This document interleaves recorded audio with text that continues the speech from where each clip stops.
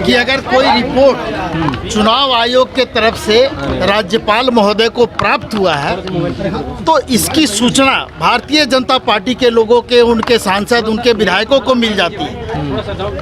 लेकिन जो सूचना हम लोगों को प्राप्त होना चाहिए वो सूचना हम लोगों के पास अभी कुछ नहीं है।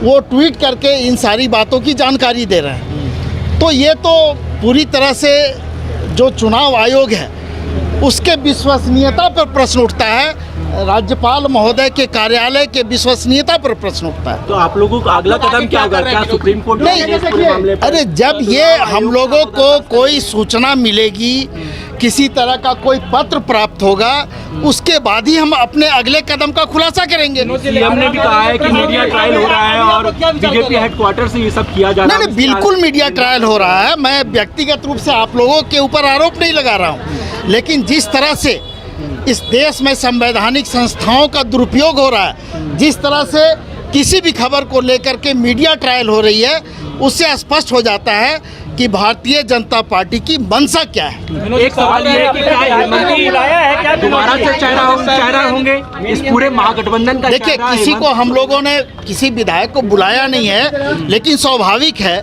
कि जब मीडिया में कोई खबर चलती है, सोशल मीडिया में कोई खबर आएगी, तो निश्चित रूप से जो पार्टी के लोग होंगे, जो विधायक हैं, सांसद हैं, वो सभी एक दूसरे से मिलेंगे और वो जो नेता हैं हमारे पार्टी के कार्यकारी अध्यक्ष, उनसे मिलेंगे, जो अध्यक्ष हैं उनसे मिलेंगे और अपनी भावना से उनको अवगत कराने का काम करेंगे। लेकिन चेहरा कौन होगा? सवाल ये है कि अगर फैसला आपके खिलाफ भी जाता है, देखिए, मैं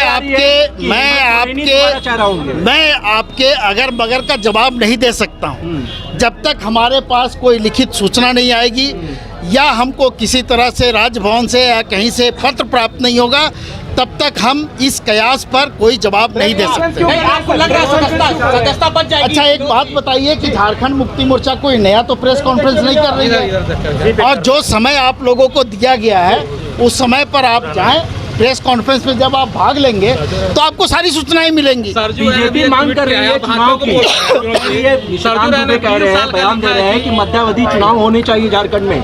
देखिए, भारतीय जनता पार्टी क्या कह रही है, नहीं कर रही है, ये मैं नहीं बता सकता हूँ, लेकिन एक बात तो स्पष्ट है कि जब से इस राज्य में हेमंत सोरेन के नेतृत्व में सरकार बना है, उसके बाद से जो भारतीय जनता पार्टी की जो बौखलाहट है, और सिर्फ झारखंड में नहीं, पूरे देश में जहाँ जहाँ भारतीय जनता पार्टी समर्थित या भारतीय जनता पार्टी का शासन नहीं है, वहाँ पर किस तरह से राजनीतिक रूप से भारतीय जनता पार्टी अस्थिरता पैदा कर रही है, इस बात से आपको समझ में आ जाएगा कि भारतीय जनता पार्टी की मंशा क्या है और किस तरह से वो पर्दे के पीछे से खेलने का काम कर रही है और देश के संवैधानिक संस्थाओं का दुरुपयोग कर रही है। आप लोग परेड के लिए तैयार हैं? नंबर्स हम हर तरह से तैयार हैं, और आप एक बात समझ लें कि जिस सरकार को 50 से ज़्यादा विधायकों का समर्थन प्राप्त है, उसको फिर किस बात की चिंता है? आपके सभी विधायक पहुंच रहे हैं, स्वाभाविक रूप से सभी लोग फोन कर रहे हैं और हमको लगता है कि सभी लोग आज यहाँ उपस्थित हैं। झारखंड टाइम्स के साथ जुड़ने के लिए हमारे Facebook page Jharkhand times .live को लाइक करें। साथ ही साथ हमारे ऐप झारखंड टाइम्स को गूगल प्ले स्टोर से इंस्टॉल करना बिल्कुल न भूलें।